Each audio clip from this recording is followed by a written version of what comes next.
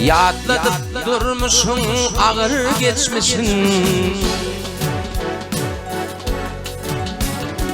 yadladıp durmuşsun ağır geçmişin. Ağlayıp can kevem kıynama beni.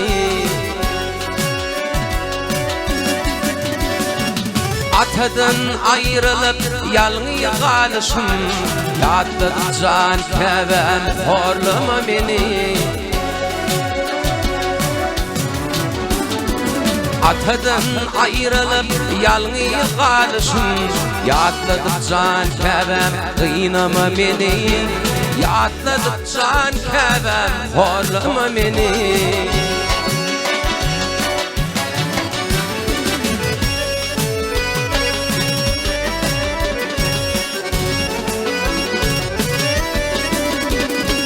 Tanrı'yın sana düzdü bu ağır yolu, içip geçer innamin binnen hali.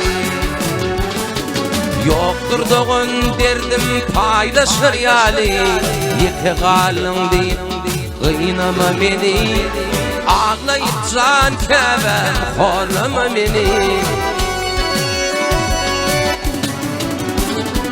Yoktur doğun derdim paylaşır yali, ağlayıp can kevem kıynama beni. Balam deyip bağırıp batfana beni.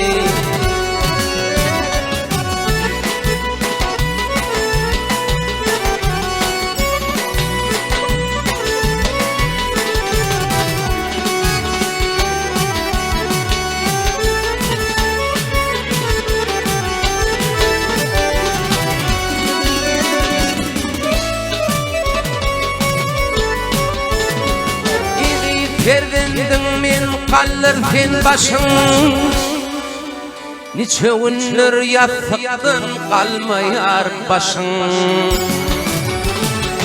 Kılurma gelim gözümde yaşım, balam deyip bağırıp batsana beni.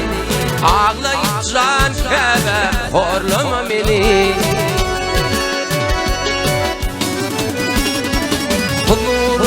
Gelim kalır ay başın, ağlayıp can kevem kıynama beni. Balam deyip bağırıp batfana beni. Gel hemalim gele tonup boylayın, balam deyip bağırıp batfana beni. Ağlayıp can kevem horlama beni.